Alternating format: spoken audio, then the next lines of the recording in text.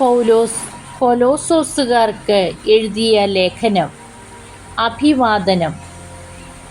ദൈവഹിതമനുസരിച്ച് യേശുക്രിസ്തുവിൻ്റെ അപ്പോസ്തോലനായ പൗലോസും സഹോദരനായ തീമോത്തിയോസും കൂടെ ക്രിസ്തുവിൽ വിശുദ്ധരും വിശ്വാസികളുമായ കൊളോസോസിലെ സഹോദരർക്ക് എഴുതുന്നത്.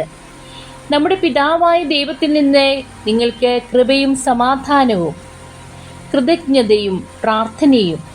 ഞങ്ങൾ നിങ്ങൾക്ക് വേണ്ടി പ്രാർത്ഥിക്കുമ്പോഴൊക്കെ നമ്മുടെ കർത്താവായ യേശുക്രിസ്തുവിൻ്റെ പിതാവായ ദൈവത്തിന് നന്ദി പറയുന്നു. എന്തെന്നാൽ സ്വർഗത്തിൽ നിങ്ങൾക്ക് വേണ്ടി നിക്ഷിപ്തമായിരിക്കുന്ന പ്രത്യാശ മൂലം യേശുക്രിസ്തുവിൽ നിങ്ങൾക്കുള്ള വിശ്വാസത്തെക്കുറിച്ചും നിങ്ങൾക്ക് എല്ലാ വിശുദ്ധരോടുമുള്ള സ്നേഹത്തെക്കുറിച്ചും ഞങ്ങൾ കേട്ടിരിക്കുന്നു. നിങ്ങളോട് അറിയിക്കപ്പെട്ട സുവിശേഷ സത്യത്തിൻ്റെ വചനത്തിൽ നിന്ന് ഈ പ്രത്യാശയെക്കുറിച്ച് മുമ്പ് തന്നെ നിങ്ങൾ കേട്ടിട്ടുണ്ട്.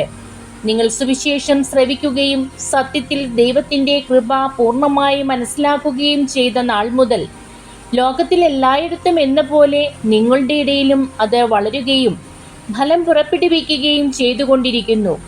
ഞങ്ങളുടെ പ്രിയപ്പെട്ട സഹശുശ്രൂഷകൻ എപ്പഫ്രാസിൽ നിന്നാണല്ലോ നിങ്ങൾ ഇത് ഗ്രഹിച്ചത്.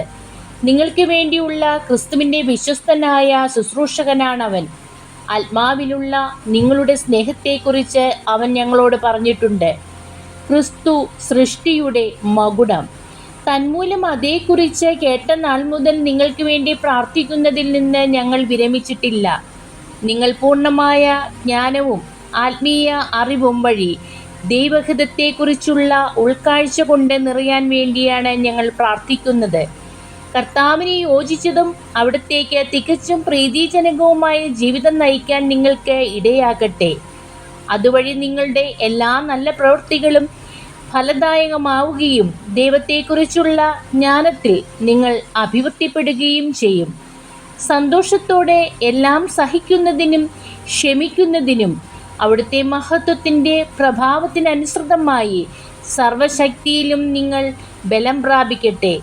പ്രകാശത്തിൽ വിശുദ്ധരോടൊപ്പം പങ്കുചേരാനുള്ള അവകാശത്തിന് നമ്മെ യോഗ്യമാക്കിയ പിതാവിന് കൃതജ്ഞതയർപ്പിക്കുവിൻ. അന്ധകാരത്തിൻ്റെ ആധിപത്യത്തിൽ നിന്ന് അവിടുന്ന് നമ്മെ വിമോചിപ്പിച്ചു. അവിടുത്തെ പ്രിയപുത്രൻ്റെ രാജ്യത്തിലേക്ക് നമ്മെ ആനയിക്കുകയും ചെയ്തു. അവനിലാണല്ലോ നമുക്ക് രക്ഷയും പാപമോചനവും ലഭിച്ചിരിക്കുന്നത്. അവൻ അദൃശ്യനായ ദൈവത്തിൻ്റെ പ്രതിരൂപവും എല്ലാ സൃഷ്ടികൾക്കും മുമ്പുള്ള ആദിജാതനുമാണ്. കാരണം അവനിൽ സ്വർഗത്തിലും ഭൂമിയിലുമുള്ള ദൃശ്യവും അദൃശ്യവുമായ എല്ലാ വസ്തുക്കളും സൃഷ്ടിക്കപ്പെട്ടു. സിംഹാസനങ്ങളോ ആധിപത്യങ്ങളോ ശക്തികളോ അധികാരങ്ങളോ എന്തുമാകട്ടെ, എല്ലാം അവനിലൂടെയും അവന് വേണ്ടിയുമാണ് സൃഷ്ടിക്കപ്പെട്ടത്. അവനാണ് എല്ലാറ്റിനും മുമ്പുള്ളവൻ.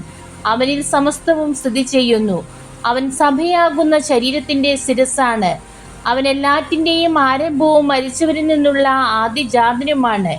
ഇങ്ങനെ എല്ലാ കാര്യങ്ങളിലും അവൻ പ്രഥമസ്ഥാനീയനായി. എന്തെന്നാൽ അവനിൽ സർവ്വസമ്പൂർണതയും നിവസിക്കണമെന്ന് ദൈവം തിരുമനസ്സായി.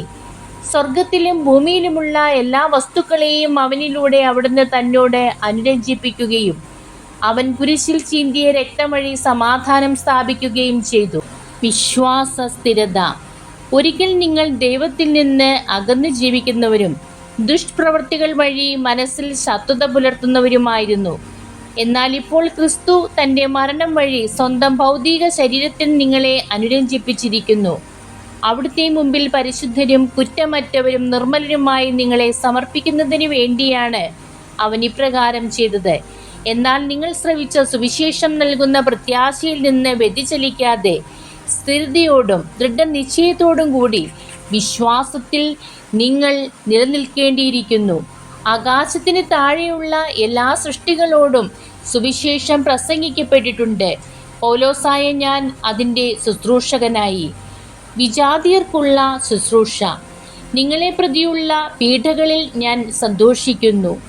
സഭയാകുന്ന തൻ്റെ ശരീരത്തെ പ്രതി ക്രിസ്തുവിനെ സഹിക്കേണ്ടി വന്ന പീഡകളുടെ കുറവ് എൻ്റെ ശരീരത്തിൽ ഞാൻ നികത്തുന്നു.